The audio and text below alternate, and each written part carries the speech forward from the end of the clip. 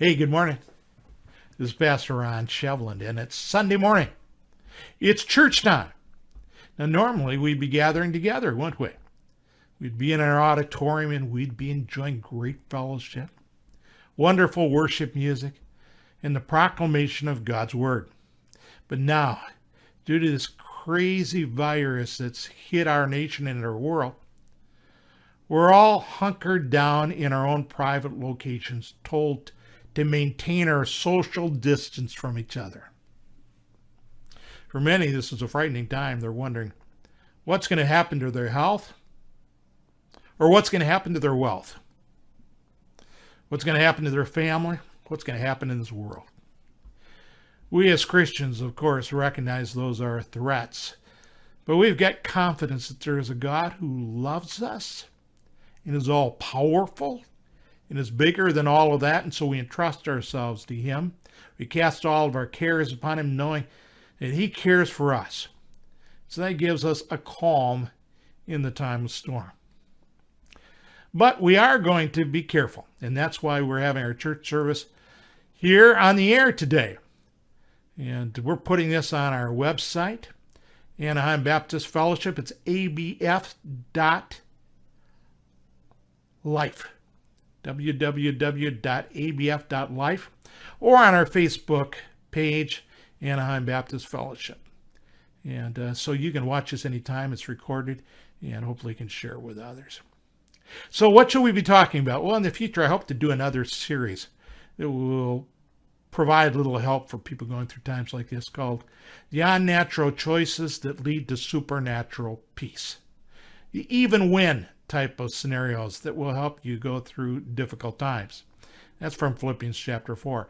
But presently, we're going to continue in our study on the life of Jesus Christ.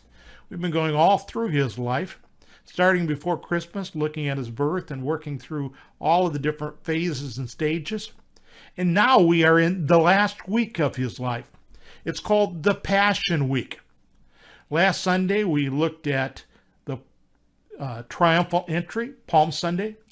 And now we're going to proceed in a countdown day by day until we get to the crucifixion and then the resurrection.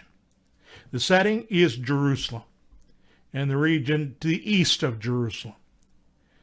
This area was a danger zone for Jesus Christ.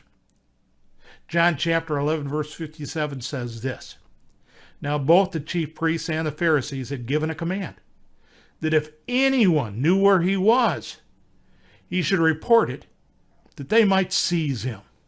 Now, Jesus Christ had been close to Jerusalem a little time back. And there He was at Bethany.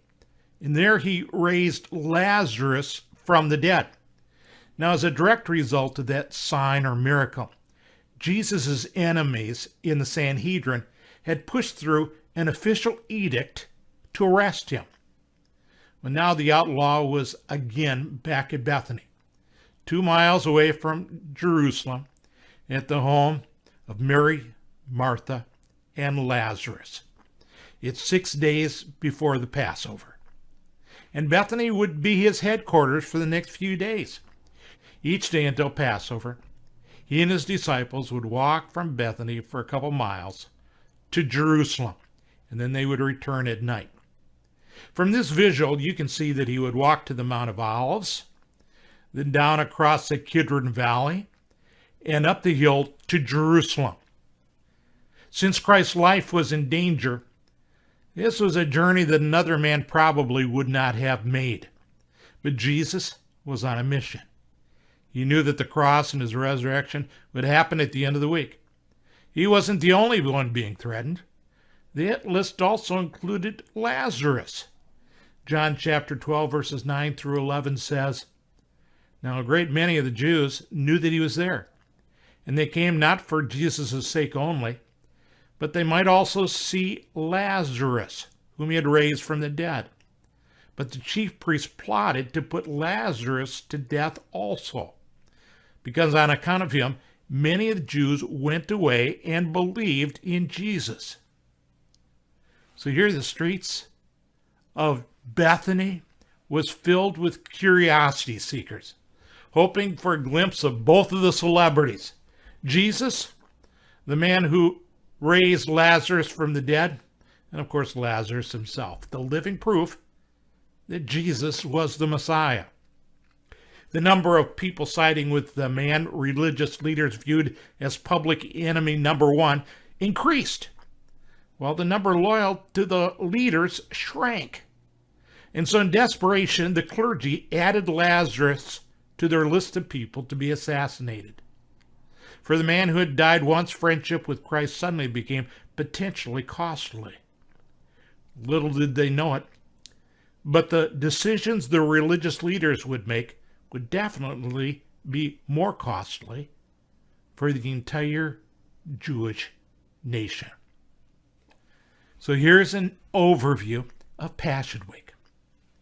On Palm Sunday, the king comes to the city and the temple. On Monday, the king pronounces judgment. On Tuesday, the king's authority is questioned and rejected. On Wednesday, the king predicts his own demise. On Thursday, the king celebrates the Passover. On Friday, the king is crucified. On Saturday, the king rests on the Sabbath. And then on Easter Sunday, the king rises from the dead. And then after that, you find Jesus Christ the King appearing to his followers. Now, last week, we looked at Sunday, Palm Sunday. That was the day that Jesus Christ presented himself as the King, as the Christ, as the Messiah. We're now going to do a countdown to the cross. And so today we're going to focus primarily on Monday. We are currently in the midst of this coronavirus. It's put a lot of tension into our country and into our world. People are wondering, what's going to happen with our health? Am I going to catch it? Are my loved ones going to catch it? They're wondering about the economics of what could happen. Some have said that this could be 1929 all over again, another great crash. It could affect all of us in a serious way. There's an uneasy question mark as to what the future holds. Well, during these 3 days, Monday, Tuesday, Wednesday, as Jesus is interacting with the people in Jerusalem, there must have also been a dark, ominous sense that something disastrous was going to happen. And it did. And others perhaps thought that something wonderful was going to occur. And that happened too. So let's look at Monday. Monday is what can be called the curse of empty promises. Mark chapter 11, verses 12 through 14 states this. Now the next day when they had come out from Bethany, Jesus was hungry. Seeing from afar the fig tree having leaves, he went to see if perhaps he would find something on it. When he came to it, he found nothing but leaves, for it was not the season for figs.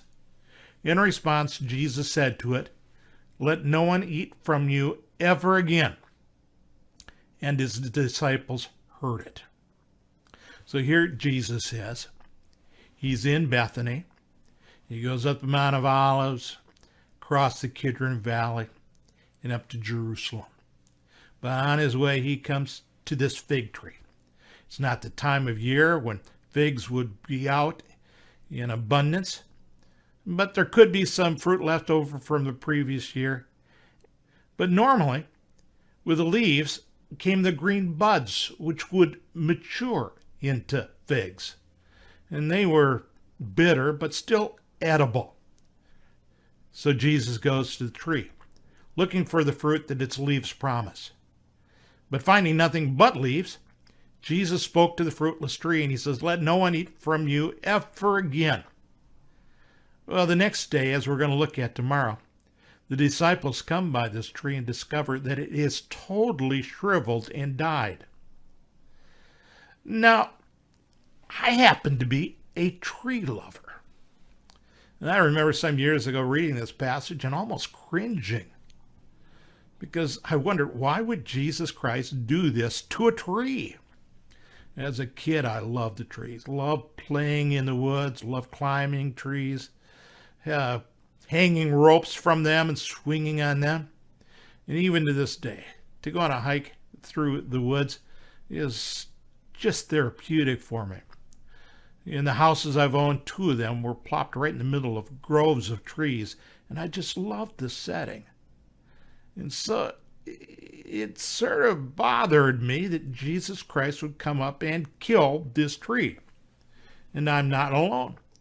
Jesus has been severely criticized for using his divine power to destroy an inanimate object in a fit of anger. Well, this misses the point.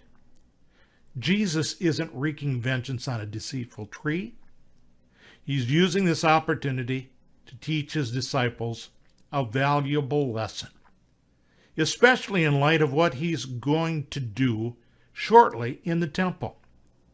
To Jesus, people are more valuable than things.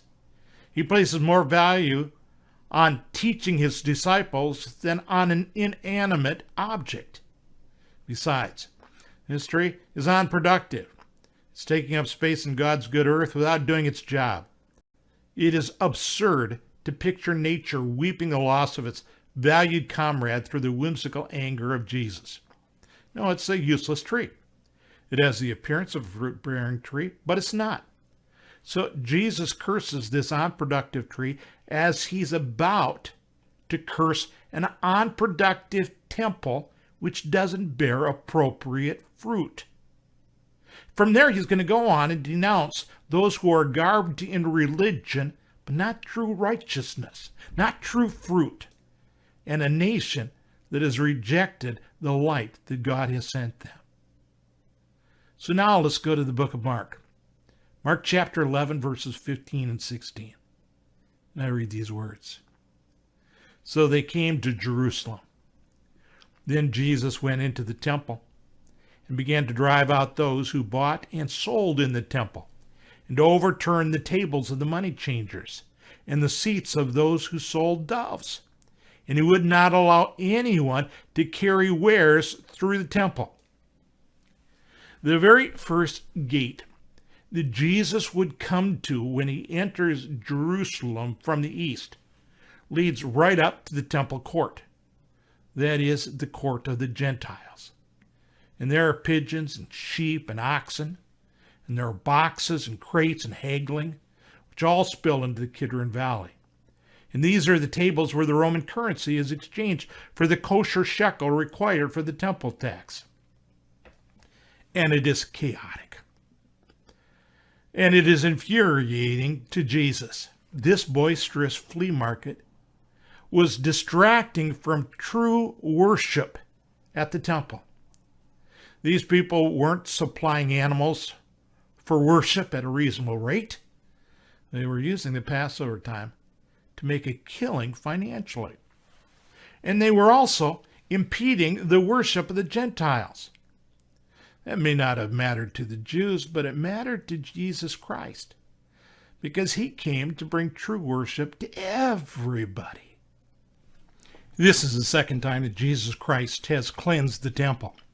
He did it early in his ministry, and now he does it again.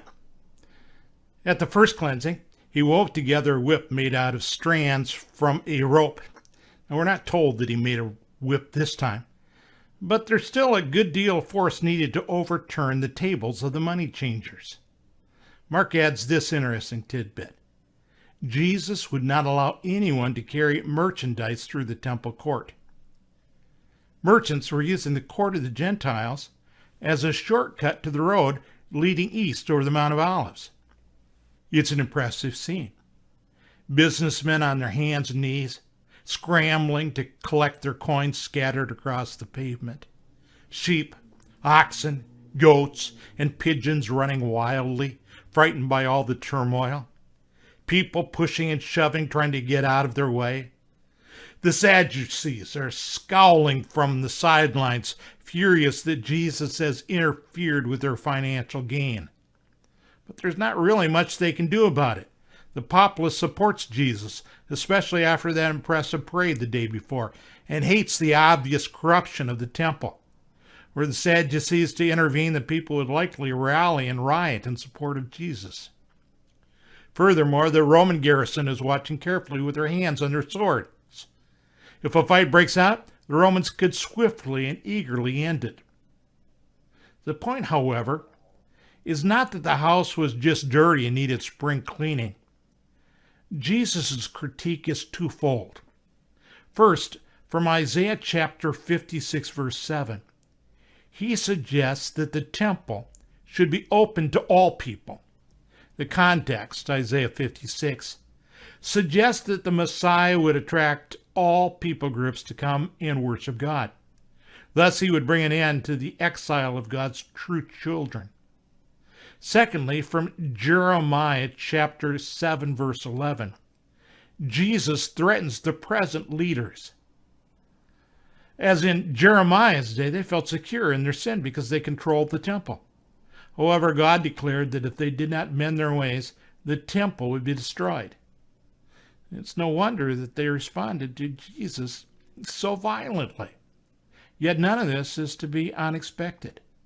Malachi chapter 3, verses 1 through 3 predicted it would be just this way. For a man with a price on his head, Jesus took a big risk, even coming to Jerusalem.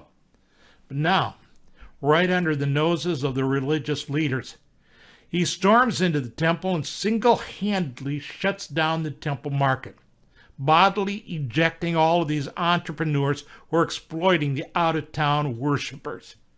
He'd begun his ministry with this brash act, and predictably, temple officials had become more committed to kill Jesus now. The only reason they didn't do it?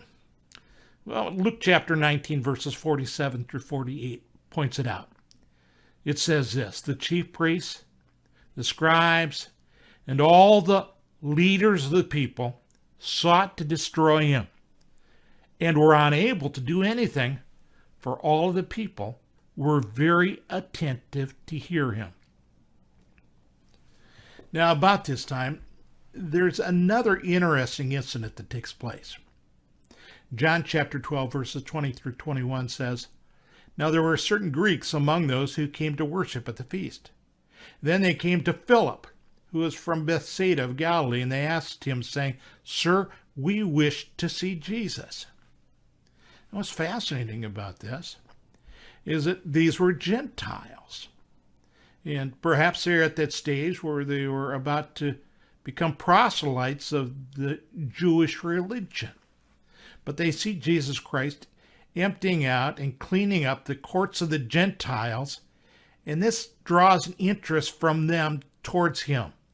Of course, Jesus Christ came to not only minister to the Jews, but to the entire world. And this included the Greeks and all other Gentiles as well. Now Jesus Christ takes a moment and he gets personal with what he's feeling. And he says this in John chapter 12, verses 27 and 28. He says, "Now my soul is troubled, and what shall I say? Father, save me from this hour. But for this purpose I came to this hour. Father, glorify your name." Jesus had referred to his death as a kernel of wheat that falls to the ground and has to die in order to multiply. Well, now he's coming close to that day when he too is going to fall. And so knowing that this was the time for which he was born, he says, "Father, glorify your name." And the Father does. John chapter 12, the last part of verse 28 says, "Then came a voice from heaven saying, I have both glorified it and will glorify it again." No sooner had Jesus' emotional prayer escaped his lips than the temple area shook with what sounded to the crowd almost like a clap of thunder. And Jesus affirmed that everything Jesus was and did revealed his splendor, and promised that the wonders of God would continue to be revealed in Jesus. John chapter 12, verses 29 through 34 state, "Therefore the people who stood by and heard it said, 'It hath thundered.' And others said, 'An angel has spoken to him.' Jesus answered and said, 'This voice did not come because of me, but for your sake. Now is the judgment of this world. Now the ruler of this world will be cast out. And I, if I am lifted up from the earth, will draw all peoples to myself.' This he said, signifying what kind of death he would have. The people answered him, 'We have heard from the law that Christ remains forever. And how can you say the Son of Man must be lifted up? Who is this Son of Man?' Now, all these words from heaven must have been a great comfort to Jesus Christ. He says it's even more important that the people hear what the Father said, because they need to hear the Father affirming the Son so that they can put their faith in the Son. They're going to see him crucified at the end of the week. Now, that's a punishment reserved for the vilest of all offenders, the worst of the criminals. And Jesus is going to be the recipient of the wrath of man as well as the wrath of God, because he's going to take on the sins of the entire world. The judgment that belongs to everyone is going to be focused totally upon him. It's not going to look good for Jesus. For those who love him, it's going to seem like Satan has conquered. For those who despise him, it's going to seem like this is validation that Jesus is not the Messiah and that he's been the liar all along. When neither of these scenarios are the truth. Because Jesus Christ is going to die willingly. And when he does, he's going to take that penalty of sin that belongs on all of us upon himself. Jesus spoke of being lifted up from the earth to describe the nature of his death. Even though the crowd recognized his metaphor, lifting up in reference to his death, it confused them because they thought Jesus' reign was to be permanent. So they say, in essence, how can you be the Messiah if you're going to die? Now, that's a common misunderstanding the Jews had then. It's a common misunderstanding the Jews have now. They didn't understand all the prophecies that talked about Jesus Christ's death and resurrection. They didn't understand that Jesus Christ's reign would come in two phases, in his first and his second coming. Now, Jesus here, as depicted in the Gospels, is showing his first coming. In the book of Revelation and other places of Scripture, it talks about his second coming, how he's going to come and finish all that he started here. They didn't recognize all of this, and so it confused them. But Jesus Christ understands all of it. And so then he tells them of their need to put their faith in him. And he says in verses 35 and 36 of John 12, "A little while longer the light is with you. Walk while you have the light, lest darkness overtake you. He who walks in darkness does not know where he is going. And while you have the light, believe in the light, that you might become the sons of light." These things Jesus spoke and departed and was hidden from them. Jesus is the light. And if you come to Jesus Christ the light, he'll place his light within you. His bright light will lighten up your life. It's almost like a candle being lit up by a bonfire. And Jesus Christ says to them, "Now is the time for you to come to the light." Oh, truly, in the days to come, many of these same people might become followers of Jesus Christ through the words of the apostles. But now is the opportune time that was most likely for them to put their faith in him. The longer we put it off, the harder our hearts get. The more we lose that opportunity to come to the light. The best time to follow Jesus Christ is always right now. And at this point, after saying these words, Jesus Christ departs from them. He's going to be hidden from them for about 16 hours. And then on Tuesday, he'll be back with a lot of teaching on that Tuesday. But the remaining verses in John chapter 12 give sort of an insider's look as to what the spiritual condition is in the lives of people that Jesus Christ is here trying to reach. It says this starting in verse 37.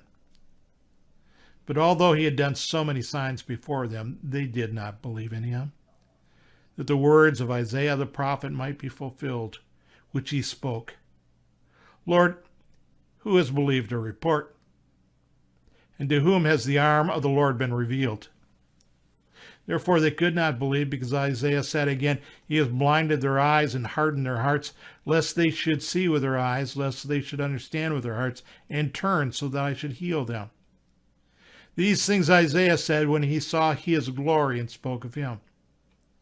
Nevertheless, even among the rulers, many believed in him, but because of the Pharisees, they did not confess him, lest they should be put out of the synagogue, for they loved the praise of men more than the praise of God. Then Jesus cried out and said, He who believes in me believes not in me, but in him who sent me. And he who sees me sees him who sent me. I have come as a light into the world, that whoever believes in me should not abide in darkness. And if anyone hears my words and does not believe, do not judge him, for I did not come to judge the world, but to save the world. He who rejects me and does not receive my words has that which judges him. The word that I have spoken will judge him in the last day. For I have not spoken on my authority, but the Father who sent me gave me a command, what I should say and what I should speak. And I know that his command is everlasting life. Therefore, whatever I speak, just as the Father has told me, so I speak. Even after Jesus Christ had done miraculous sign after miraculous sign in their presence, these people had not believed. This wasn't a surprise, he says, because way before this, the prophets had said that the nation of Israel as a whole would reject the Messiah. It would allow them to become blind and deaf to the truth that the Messiah would bring. And yet Jesus Christ says, oh, that you would come to the light. Oh, that I could deliver you from walking in the darkness. And he says, I didn't come to bring judgment. I came to save. And that's what I'd like to provide for you right now. Judgment will come, and the judgment will be in the last days. The words that I've spoken will be used as a sentence against you because you heard them and did not respond. Here we discover that some of the people, even among the leaders, believed in him. But out of their fear of man, they didn't say anything. They were afraid of the Pharisees, afraid of the Sanhedrin, afraid that they'd be put out of the synagogue. Jesus said that those who believe in him not only believe in him, but the one who sent him. You see, rejection of Jesus is rejection of the Father, for they are one. And the words that Jesus Christ was speaking are exactly the words that were directed that he be speaking by God the Father. But decisions were made that day. Many rejected him, but apparently some believed in him.